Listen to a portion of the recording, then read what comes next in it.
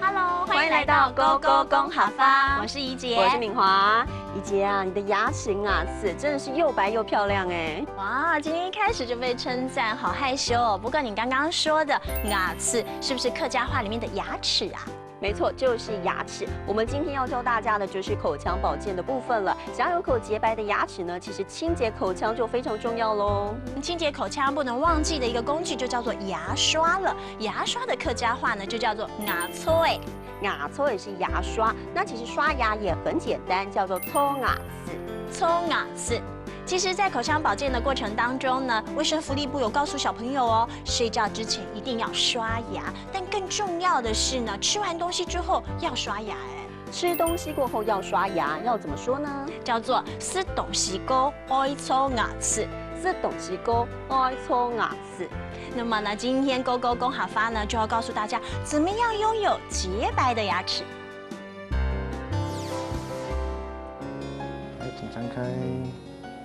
OK， 前面刷的都还不错了。OK， 好，要保持清洁，定期检查喽。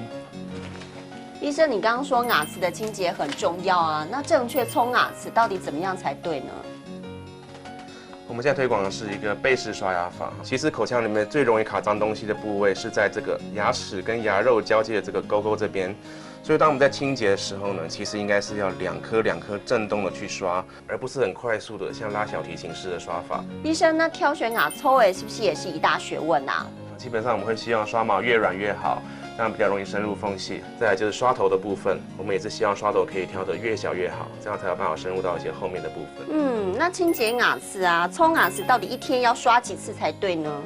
我们推广的是333刷牙，就是3餐饭后的3分钟以内，希望可以刷牙3分钟以上。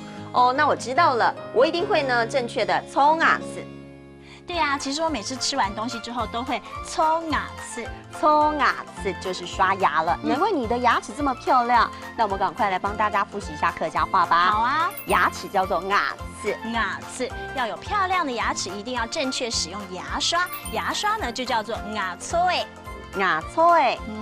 那么在这当中呢，最重要的就是吃完东西一定要刷牙哦。吃完东西要刷牙，叫做吃东西过爱搓牙齿。吃东西过爱搓牙齿。今天勾勾勾哈发，祝福大家呢，每个人都有漂漂亮亮的牙齿。我们下次见喽，拜拜。